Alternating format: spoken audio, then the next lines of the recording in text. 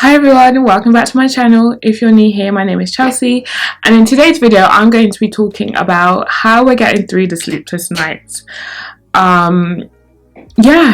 So right now my daughter is nearly 7 months old and she's going through a phase of not wanting to sleep in her cot. So that means that she's sleeping in her bed with us, in our bed with us. She doesn't usually sleep in her cot for the whole night anyways. She would usually do like the first 3 hours in there, and then she'd come and co-sleep with either me or my husband. We do sleep in separate beds at the moment just because I don't enjoy co-sleeping with her, but I do like maybe 3 hours or something like that, but the rest she does with my husband because he finds it easier to sleep with her than I do.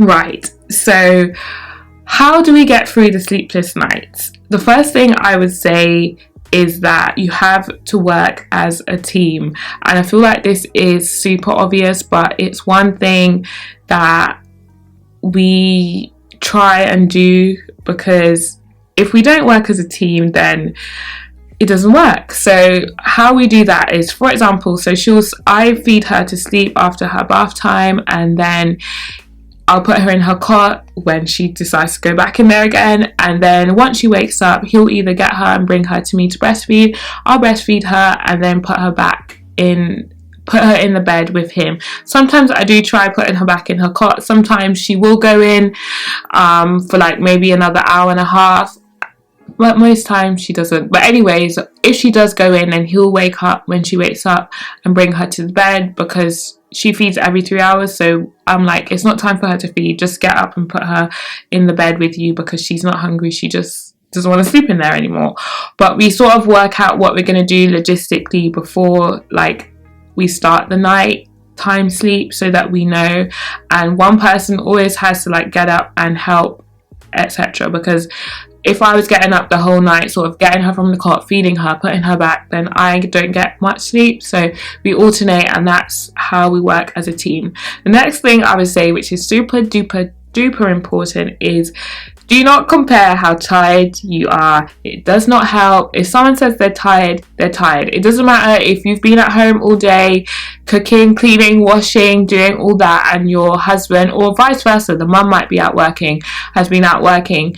Do not compare your levels of tiredness, because it doesn't get you anywhere. Like, you don't achieve anything. The baby's still going to wake up and feed. The baby's still going to do whatever they want.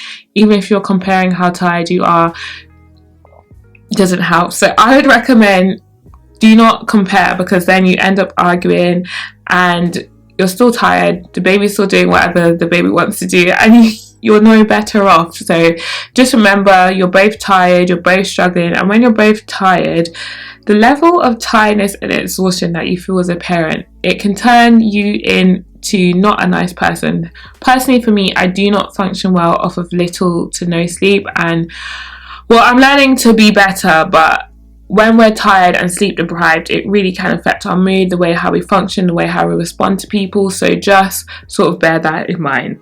Next thing, which I personally do, my husband doesn't do this, but I have my snacks and water ready for the whole night. Sometimes, like, she hasn't done it in a while, I'll say this and then she'll do it tonight, but sometimes she would wake up just to chat and she wants to play at like 3 a.m. in the morning, and instead of like because if she wakes up, sometimes I try to breastfeed her, and obviously that's taking nutrients from my body, so I'm hungry, so I make sure to have my snacks there so I don't have to go downstairs. So I'll have them next to the bed ready for me to eat, just to keep me going, just to distract me, just to lift my mood, and that will help to keep me going throughout the night and maybe the early hours of the morning, if I'm up with her or breastfeeding.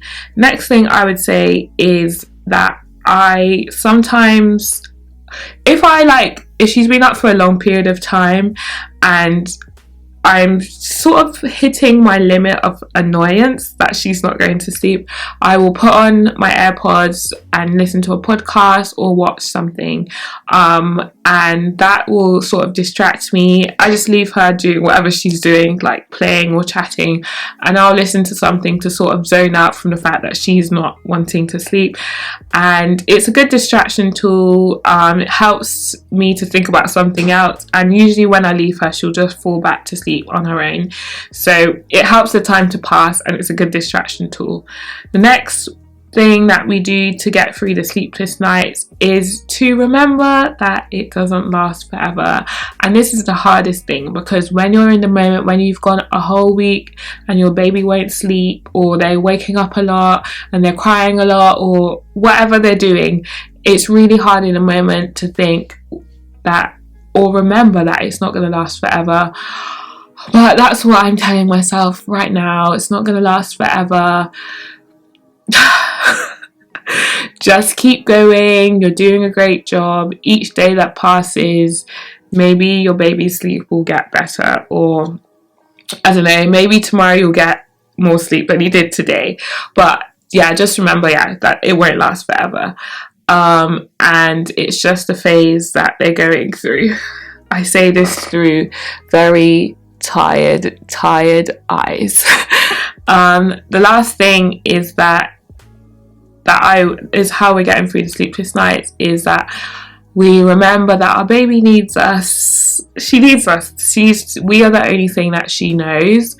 And even though it's hard and you have to give more than you physically can give, like most days I'm literally like, yay, let's do this. Inside I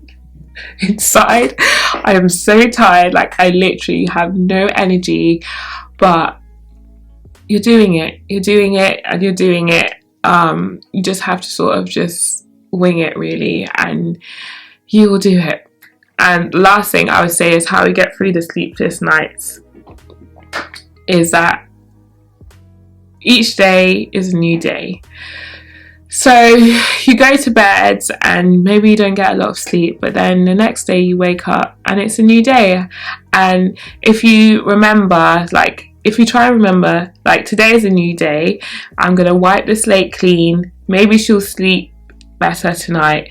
If you sort of dwell on all the nights that she hadn't slept, then I find myself getting annoyed, just tired of the relentlessness of no sleep. So if you try and wipe the slate clean and approach it with a positive mindset and think, maybe she'll sleep better tonight, or maybe he'll sleep better tonight, that will certainly affect how you approach the day and approach the night that's coming ahead. If you approach it negatively, then most likely it will go negatively and you will be very annoyed, and the cycle just keeps repeating itself over and over again.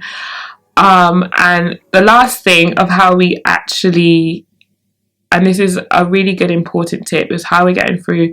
You have to be realistic about your baby's sleep.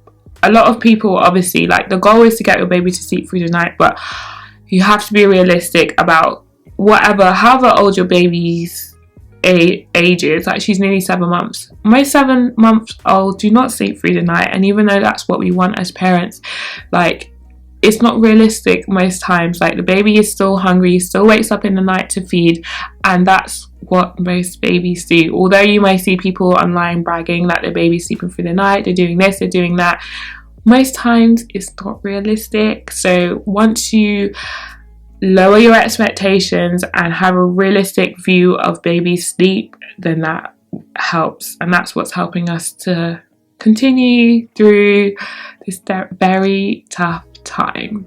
So those are my tips for how to get through the sleepless nights. It's still a thing for us. We haven't overcome it yet, or I don't want to say overcome, but we're still going through it. So I hope this video can help you, and keep going. You're doing an amazing job. And now I'm gonna go try put my daughter to sleep, because it's definitely time for a nap.